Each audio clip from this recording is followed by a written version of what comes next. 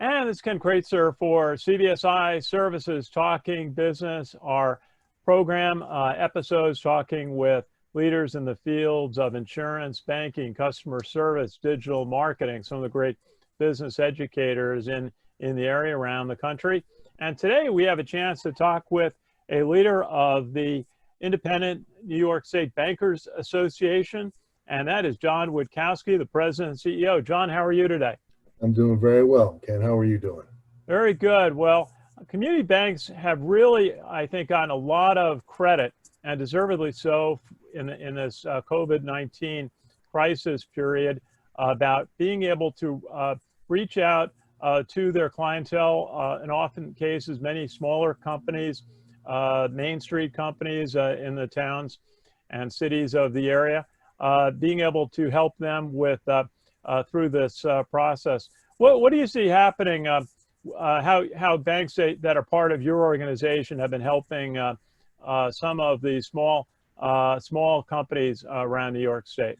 Look, small business is the thing that makes this world tick. I mean, to be honest with you, every community has small businesses that need to be there to make sure the community's thriving and doing well. And what the community banks have done during this payment protection plan is really support all those small businesses in their communities. And a lot of them, in many cases, were not necessarily customers of the bank at this point, but will continue now to work with these community banks. If you look around the country, in rural United States, those are the banks that kind of hold those towns together, the community banks, and a lot of the small businesses have come to them for their PPP loans. And John, maybe you should tell our audience a little bit about your organization, the Independent Bankers of New York State, the types of banks that are members, and some of the roles that they fulfill within their communities. Sure. The Independent Bankers Association has been around for about 42 years, started back in the 70s, and even a little bit longer, 45 years. But one of the things that we deal with community banks that are 12 billion in assets and under, which is truly what the community banks, if you look at a Chase, if you look at some of the Bank of Americas, they're over $1 trillion in assets.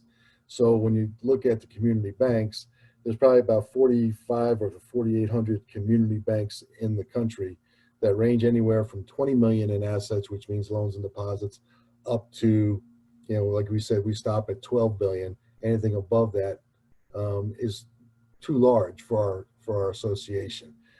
We do advocacy work for them. We work with the political side, the politicians in the state, to make sure that any of the banking regs that come out will fit the community banks space. We don't want all the big regs from the big banks and things that they're getting regulated on to come down to the smaller banks. So basically, we're advocates, we educate, and we promote community banks around the state. And you have commercial community banks, which deal with all small businesses and commercial companies. You have thrifts and mutuals, which they deal with companies, but they do more on the mortgage side for personal and for the customer within the towns. And if you look at upstate New York versus downstate New York, two different worlds. Obviously, New York City, Long Island, Westchester County, very well populated. Up here, a little bit more spread out. And we have a lot more space for our community banks in some of our rural areas in upstate New York. And again, they're key to every one of these towns and communities. Very good. Now, the community banks really got a lot of credit by many and in the media versus some of the larger banks, and how they handled for their customers the payroll protection plan, part of the CARES Act, which in 2 waves sent out nearly over $500 billion. And they did it on a dime. I mean, I'm used to processes that take years to put together for much smaller amounts of money. But how did the community banks, how were they able to do it, that they were able to process thousands of loan applications for their customers in really a matter of a couple of weeks? I do have to say is that the SBA has done a phenomenal job in setting up this program with the Treasury and the President and the administration, because in a short matter of time, they basically did, I want to say 25 times the volume they did do over the course of a year in a matter of 2 weeks. That to me is pretty impressive. But they also had a lot of help from the community banks going out there talking to the customers and small business customers. So it really was a joint effort, but the systems and the amount of transactions and the amount of applications that were submitted through the systems, they had to take a heavy load. And the SBA, while there was some little there was some issues, technological issues in the beginning, technology issues in the beginning, they really did a nice job of smoothing them out over the course of the two programs, the first and second round of PPP.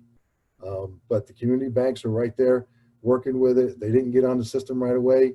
We found them a way to get on, and the SBA program did a great job of bringing those banks on board and have them submit the applications. And to be honest with you, a lot of small business customers found that the community banks were the way to go. Well, Kevin McCarthy out at B&B Bank in Long Island told us about having to rush out Kevin to O'Connor. 150 laptops. Was it Kevin O'Connor, you mean? Yeah, Yeah. out at B&B Bank in Long Island. He said he had to go out and buy 150 laptops for his employees because not only were they handling this mammoth program, they were starting to work from home. So they had to do it in a very complex environment. Were there any templates that came down from some of the governmental agencies or levels on how to do it that kind of aided the process? Because that's a tremendous amount of processing and know-how just to get done very quickly. This was a big disruption into the banking world. When you look at what has gone on over the last couple of weeks, 45 days or so, not only did they have to have people work remotely, but they had to change their hours in the branches as well and change the transaction and people coming into the branches and how the masks they were wearing and things like that. Compliance issues were all over the place. But to be honest with you, that's the part that the bankers do best, and community banks do it better than anybody. They're nimble, they're agile, they're able to make these changes on the fly. And like what Kevin O'Connor did with B&B, buying 150 laptops for his folks, that's how good leaders think. That's how they think about what they need to do next. And again, this is not over. They still got to continue to think about what's going to happen when this shutdown is over and we start getting back into a normal course of business, which is going to change. But the community banks were at the forefront of that in making those changes and making sure you had the teams in place to take care of these customers was top, most important on the top of their priority list.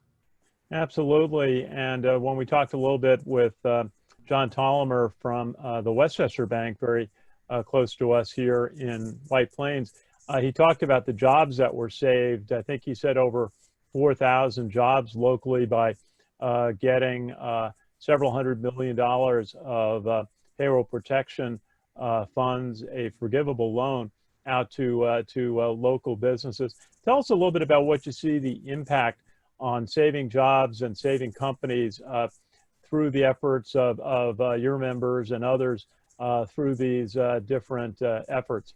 Well, I know through the first two rounds of the PPP loan program that New York State has put over 265,000 loans on the books and about close to 40 billion in loans out there to small businesses across the state. When you look at the number of jobs they saved, just on a call I had a little while ago, there was two banks that came across. One was about a $500 million asset bank, but they saved about 3,500 jobs just in the first two rounds of this. And another one, which is over $1 billion bank, saved about 6,000 jobs just from what they know, and they're not even finished calculating how many jobs are out there. So to be honest with you, this is a significant plan and program for the communities and the small businesses around the state. And the community banks have been at the forefront. Well, we heard some good news yesterday that the Simon Corporation, which runs shopping malls around the country, is planning to open up several of their large malls in our area on March 16th, including the Westchester and White Plains, several in the Hudson Valley and Long Island. What do you see as businesses hopefully are able to reopen? What are some of the needs that they're going to have that the banking industry may be able to help them with? I think some of the things that are going to go on is that as they start opening up their doors again, I think it's going to be a slow process for people to get back into going out, retail, walking into restaurants and things along those lines. So there still needs to be a little bit of that time when everything is opened up that people are going to um, get back into regular, visitations to restaurants, bars, movie theaters, shopping malls. It's going to take some time to get back. So they're going to need some operating capital to make sure that they can open their doors and be profitable again. So I think it's not over yet. I don't know if they're going to have another round of trying to help some of these, from the federal level, but it's certainly something that a lot of businesses are looking at now, saying, okay, I got my employees. It looks like the lockdown is going to be done, or the shutdown is going to be done by either, end of May, maybe beginning of June. How do I go from there? And that's the next step in the process, where a bank needs to be a part of that next step in the process. And we're talking with John Witkowski, the president and CEO, excuse me, of the Independent Bankers of New York State. And John, you've had an interesting career and made a terrific transition from playing college football at Columbia to the NFL, playing for the Detroit Lions, excuse me, and the Houston Oilers. And then you made a transition into banking and worked at B of A and several other banks before joining the Independent Bankers Association. How did you manage those different transitions?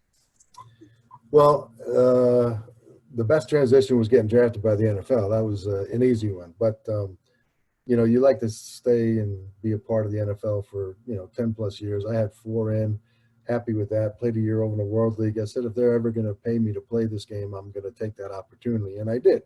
So by the time I was 27 or 28 is really when I started to get into, okay, what am I going to do next? Where's my next career? And I went back to Columbia. I was a director of the National Alumni Program for the university, and I met a couple of alums that came along, and one was a former college football coach that gave me an opportunity in banking. And from there, I went into banking. I followed his lead for a few months, and then he went off and did something different and brought me over about 5 or 6 years later to where he was at another bank in upstate New York, and I got a chance to be president and CEO of a community bank, from a Bank of America to a community bank, which is night and day. So, the old motto is, wherever you go, you have to make a difference. And that's really what I tried to do. I tried to, wherever I had an opportunity in front of me, I tried to make a difference and try to showcase my ability to be a leader, and to also make sure that things were done and done properly. So Very good.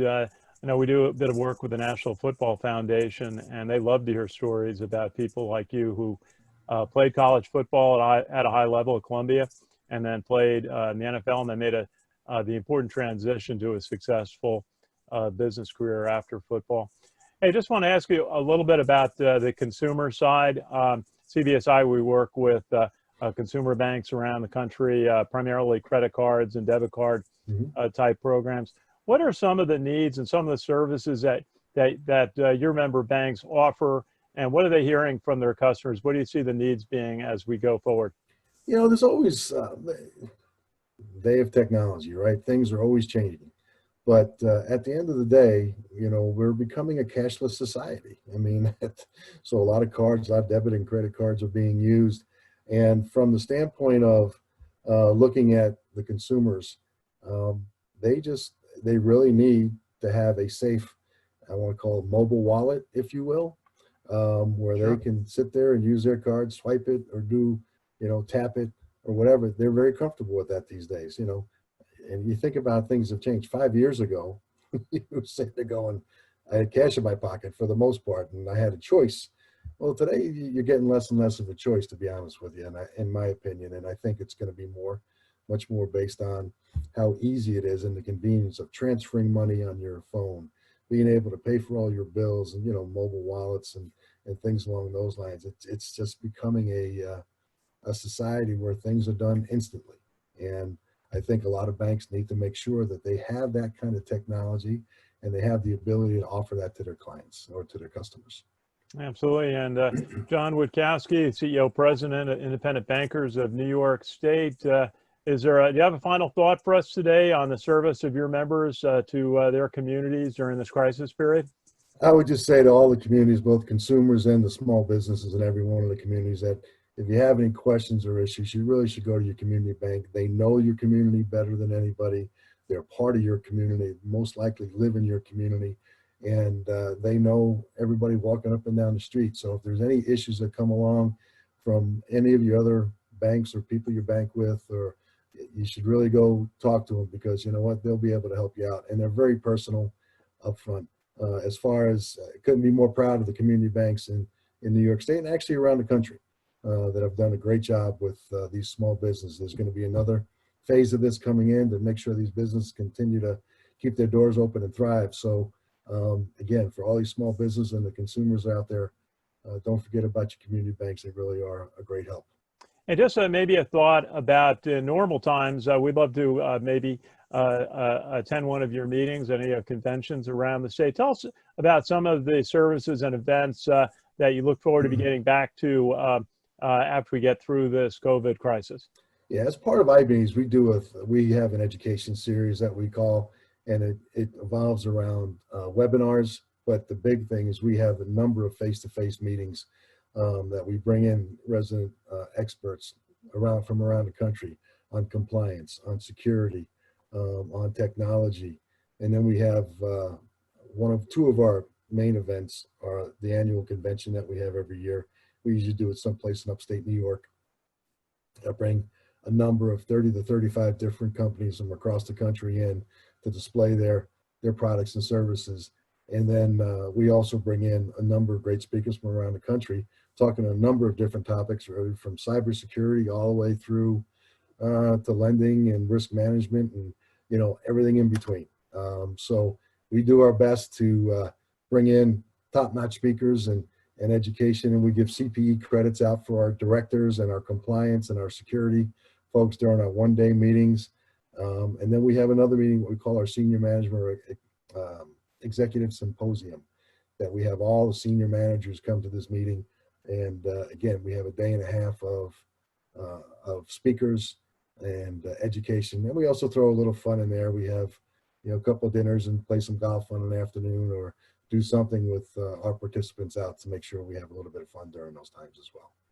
Sounds great. We hope to be able to participate with you on some of your activities going forward. Terrific to meet you and hear about your organization, the efforts of your members of the Independent Bankers of New York State during this crisis period. John Witkowski, CEO, great to meet you. Columbia grad, NFL quarterback. Really enjoyed talking with you today. I did too, Ken. Thank you very much for having me. Our pleasure. This is Ken Kreitzer for CBSI Services, representing our team in Harrison, New York, serving 1,200 banks around the country with insurance-backed programs and customer service management. And I always want to give a shout out to our team who really help manage our clients' business and help out their customers during the COVID-19 crisis period, especially with the many changes that needed to be made on helping customers with their travel arrangements. So for everybody at CBSI Services, from my home office in White Plains, New York, this is Ken Kreitzer. Have a good day, everybody. Stay safe.